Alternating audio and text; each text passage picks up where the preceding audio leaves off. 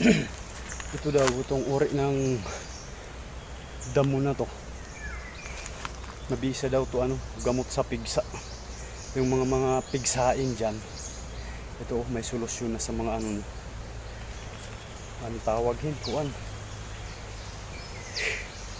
nga dati igin sa sabong main nangalimot lakinit nga aran din, pero asya nga lawit mabisang gamot hit pigsa magungbong, pero diri magungbong kahit magungbong ita kinakaan bunga diyan basta adila ta kanahuna di ko lang banggit ito yung kuan yung aran kasi mga lawit tarambalit habag mga pigsa ayan yung dahon may pamilyar sa inyo na ito. Diyan lang ito natatagpuan sa mga ligid ng baybayin. Marami to baybayin gilid. Siya daw mo pa yung gamot hit pigsa. So ayun yung sinasabi ko sa inyo na gamot ng pigsa. Ayun, tanggalin natin. Ito yun. Siguro maraming mayroon nakilala nito.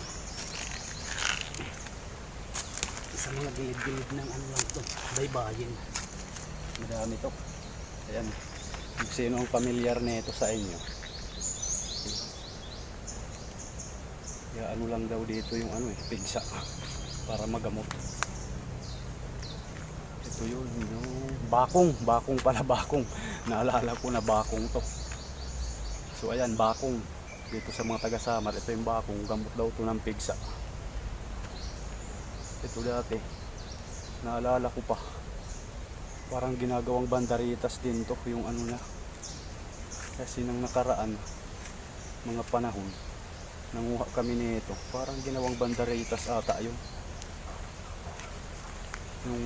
San Isidro ata or Fiesta. Kasi hindi pa uso mga plastic. Ang uso pa lang nun, mga plastic na tao. Ay. Katulad mo, plastic ka. Oh.